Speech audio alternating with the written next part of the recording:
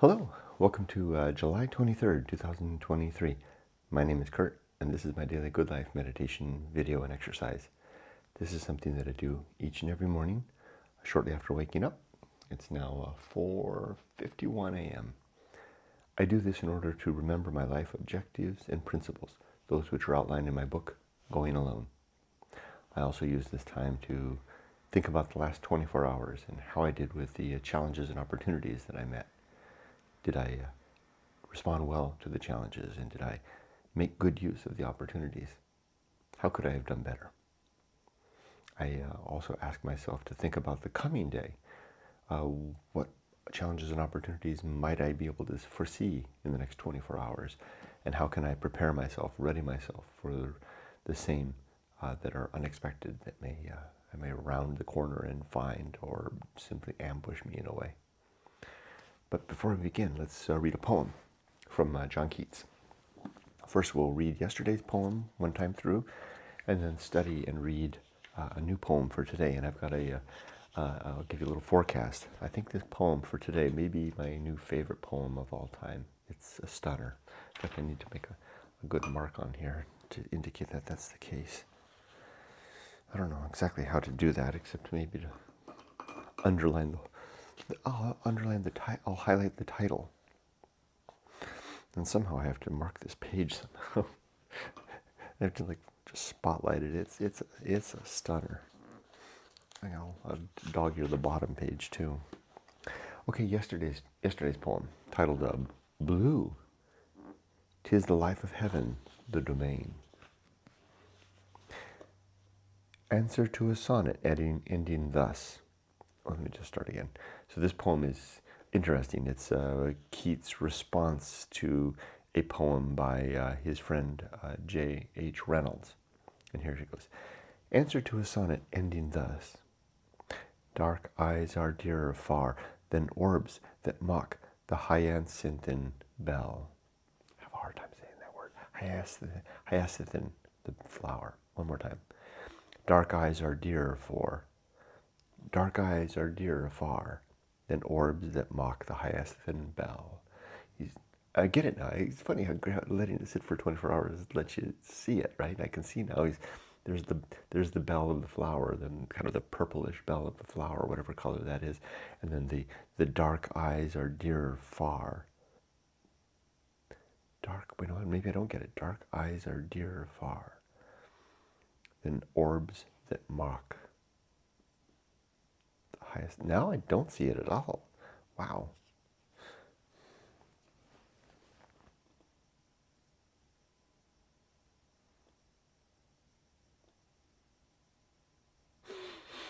I have to confess now that I backed myself into a situation of not understanding that line, those two lines by Reynolds. Let's move on to Keats' response, though. So he was moved. Keats was clearly quite moved by these two lines. Maybe the greater context of the poem made more sense. I don't know. Here's his lines. Blue, 'tis the life of heaven, the domain of Cynthia, the wide palace of the sun, the tent of Hesperus, and all his train, the bosomer of clouds, gold, gray, and dun. Blue, 'tis the life of waters, ocean, and all its vassal streams. Pools numberless may rage and foam and fret, but never can subside, if not to dark blue nativeness. Blue, gentle cousin to the forest green. Man, he's good. Married to green in all the sweetest flowers. Forget-me-not, the bluebell, and that queen of secrecy, the violet. What strange powers hast thou as a mere shadow, but how great when in an eye thou art alive with fate. So it's an ode to the blue and that particular color and its various manifestations in nature, and how it can be powerful in shadow, yet even more so when apprehended by a living eye. Very nice. Now, how does that come back to Reynolds stuff? Maybe I can understand it now. Dark eyes are dearer far than orbs that mock the hyacinthine bell. I don't get it. I'm afraid that one went over my head, the Reynolds part. But I think I understand the Keats part. Okay, now here's the poem for today. This is why I read this stuff. Its title is, O thou whose face hath felt the winter's wind. There's only one word here that I needed to look up. I knew the word, I just had to confirm it. It's Phobos, which is the Greek god of music, poetry, and art. So the basic thrust of this poem is you have the seasons of the harvest, right? The winter, and then the growing season of spring, and the harvest season of fall. Keats is referring here to the season of the harvest of the mind, and in particular, he's using the winter as again the dormant season, but spring, well, maybe winter is more like the growing season, right? I mean, maybe after the summer and the fall, you're bringing it all in, and then winter it kind of churns, like last night thinking about the poem and then reading it again, and then the spring arrives and the harvest occurs. So he's talking about basically picturing Keats having nothing to do during being bored and alone and not satisfied artistically during the winter, the dark winter months, and then suddenly when the spring comes, his muse returns, Phobos, returns, and he's inspired to write. Let's read it.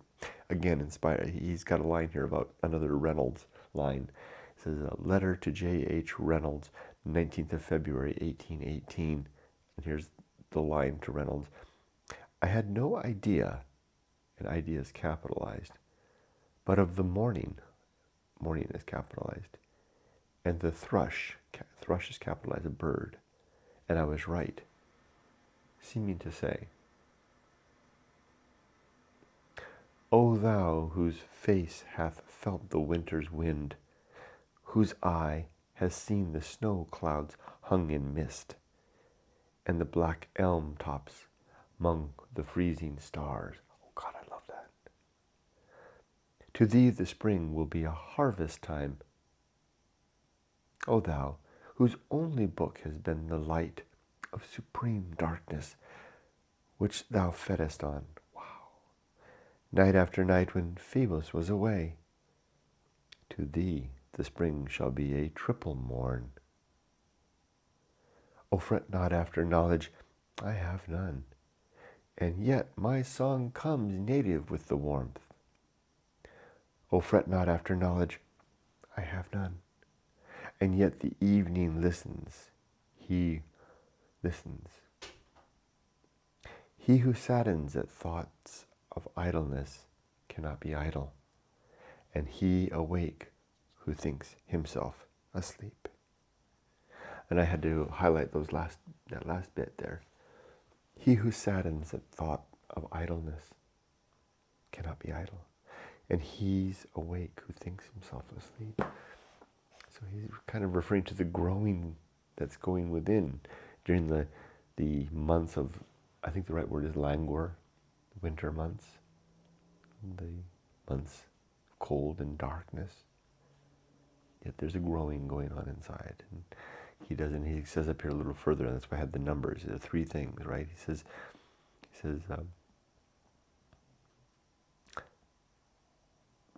to thee the spring shall be a triple morn.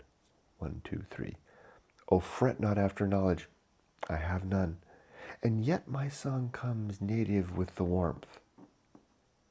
O fret not after knowledge, I have none, and yet the evening listens. And then that last topper. He who saddens at thought of idleness cannot be idle, and he's awake who thinks himself asleep. What an inspiration to those who feel themselves that the muse has passed and lapsed. Yet as long as you're alive, you can still be growing inside, waiting for that spring to arrive.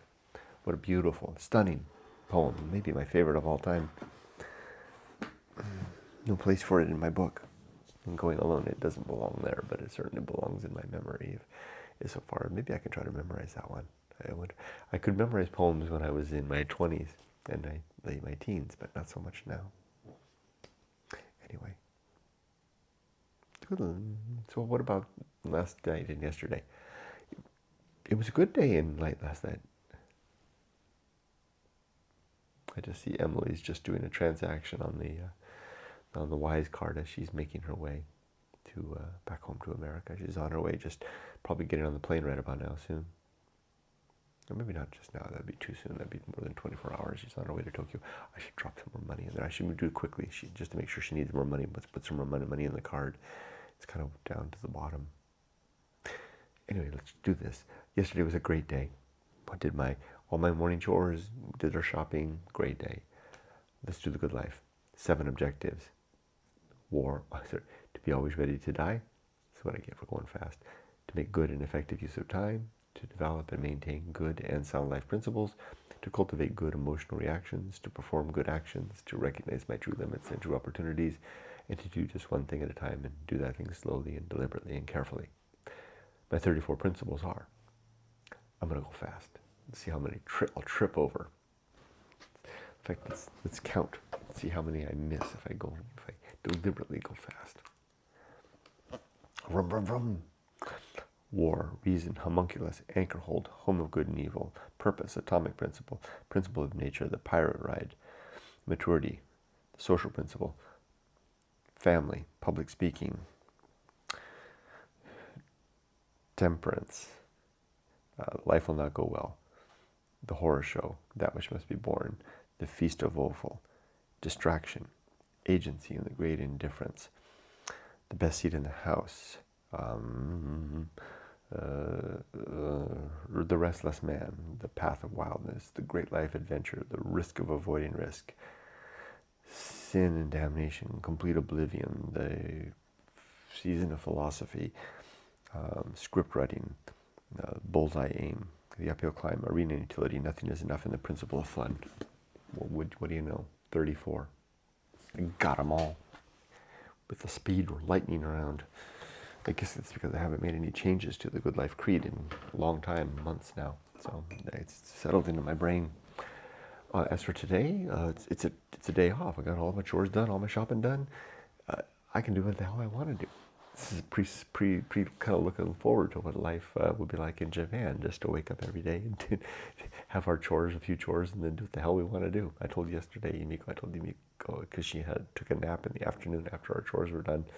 And I said, soon you'll be able to do that any damn day you want. Just go in, and I told her, I painted a picture for her. I said, imagine we're in our little house in the country, and the rainstorm comes, and you decide to just go lay down on the tatami with a nice rice husk shell pillow, and let the katori senko blow, and keep the sliding doors open while a summer rain shower comes through. Sounds nice.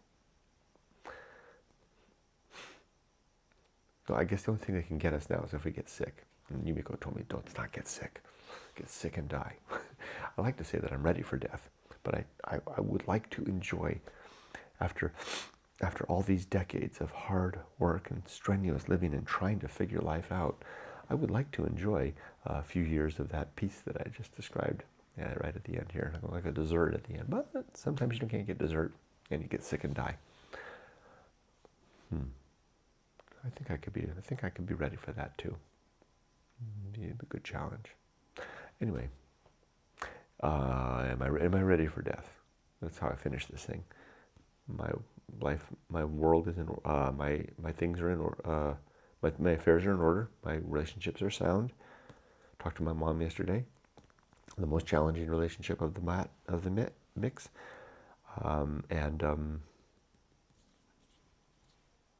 My life's work is done. Yeah, I guess I'm ready to die. I don't want to die, but I guess I'm ready. And with that, I'll close. Be safe, but not too safe. And with that, my life is done, if not finished. See ya. I'm going to send some more money to Emily. Bye-bye.